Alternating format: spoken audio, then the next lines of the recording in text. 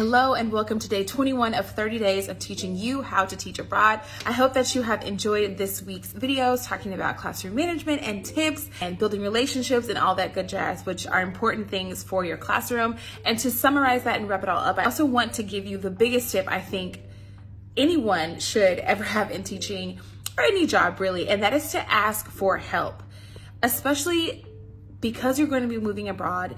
Everything is going to be new, right? Your home, your friends, the community, the language, the culture. So it can be very overwhelming when you first arrive. But my biggest tip in between classroom management, in between building relationships, in between learning a little bit of the language, is to ask for help if you need it. Whether that comes from a colleague, whether that comes from if your school has a mentorship program, and definitely I would check to see if they offer that, especially for newly qualified teachers. If it's your first year, see if that's something your school offers. Whether you go to your principal, whoever it is, find someone within that community that you feel comfortable with and ask for help. I feel like I grew up in a community and in a home where sometimes it was seen as a negative thing to ask for help, seen as a little bit weak, or, why don't you just figure it out? But that's not what humans are meant for. That's not what people are meant for. We are meant to ask for help. We are meant to build relationships. We are meant to have community, and it does not make you a weak person or a lesser teacher or whatever it is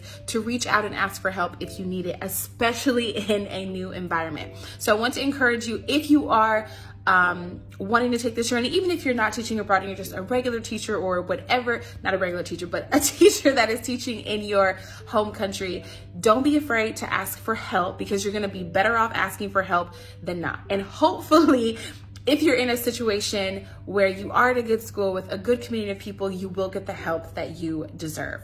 So that is my last tip for this week. I cannot believe that we are rolling up on week 4 coming up. Next week is going to be all about thriving when you move abroad. And I'm going to talk a little bit more about community building and focusing on yourself to make sure that you are the best teacher, person, colleague that you can be while you're moving abroad. So again, if you have any questions, drop them below. I'm always open to do a chat. I think I may go live next week. So let me know if you guys would be interested in that. Also, Ramadan hours are coming up, so I'll have a little bit more free time. Some of y'all go live during the middle of the week. So let me know what you guys would prefer. I hope that you were enjoying the series, and I have a couple of other surprises to share with you guys at the end of the series, so make sure you're staying tuned to get all of that information. I'm very excited about it. There's some things that I've been working on that I think will really help you guys and make the process teaching abroad a lot easier, and I can't wait to share those. This was day 21 of 30 days of teaching you how to teach abroad, and I will see you tomorrow for day 22.